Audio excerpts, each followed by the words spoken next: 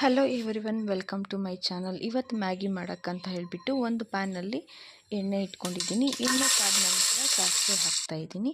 ಸಾಸಿವೆನೂ ಇದಾಗಿದ್ಮೇಲೆ onion ಹಾಕ್ಕೊಂಡು onion ಸ್ವಲ್ಪ fry ಮಾಡಿಕೊಂಡು ಆನಂತರ ಕ್ಯಾರೆಟ್, ಬೀನ್ಸ್ ಮತ್ತು ಕ್ಯಾಪ್ಸಿಕಮ್ ಕಟ್ ಮಾಡಿಟ್ಕೊಂಡಿದ್ದೆ. ಸೊ ಅದನ್ನು ಹಾಕ್ಕೊಂಡು ಫ್ರೈ ಮಾಡ್ಕೊತಾ ಇದ್ದೀನಿ. ಆನಂತರ ಟೊಮೊಟೊ ಹಾಕಿ ಟೊಮೊಟೊನೂ ಕೂಡ ಸ್ವಲ್ಪ ಫ್ರೈ ಮಾಡ್ಕೊತಾ ಇದ್ದೀನಿ ಎಣ್ಣೆಯಲ್ಲಿ. ಮತ್ತು ಉಪ್ಪು ಸ್ವಲ್ಪ ಹಾಕ್ಕೊಂಡು ಫ್ರೈ ಮಾಡಿಕೊಂಡು ತರಕಾರಿ ಸ್ವಲ್ಪ ಬೆಂದಾದಮೇಲೆ ಈ ರೀತಿಯಾಗಿ ಸೈಡ್ಗೆ ತಳ್ಕೊಂಡು 1-2 ಎಗ್ಗನ್ನ ನಾನು ಒಡೆದು ಹಾಕ್ಕೋತಾ ಇದ್ದೀನಿ. ಸಪ್ರೇಟಾಗಿ ಬಾಯ್ಲ್ ಮಾಡಿಕೊಂಡು ಆನಂತರ ತರಕಾರಿ ಜೊತೆ ಮಿಕ್ಸ್ ಮಾಡ್ಕೋತಾ ಇದ್ದೀನಿ. ಈಗ ಉಪ್ಪು, ಖಾರ, ಅರಿಶಿನ ಪುಡಿ, ಹಾಗೆ ಧನಿಯಾ ಪುಡಿ ಮತ್ತು ಗರಂ ಮಸಾಲ ಸ್ವಲ್ಪ ಹಾಕ್ಕೊಂಡು ಅದನ್ನು ಸ್ವಲ್ಪ ಟೈಮು ಫ್ರೈ ಮಾಡ್ಕೋಬೇಕು. 2 ಪ್ಯಾಕೆಟ್ ಹಾಕ್ಕೊಂಡಿದ್ದೀನಿ.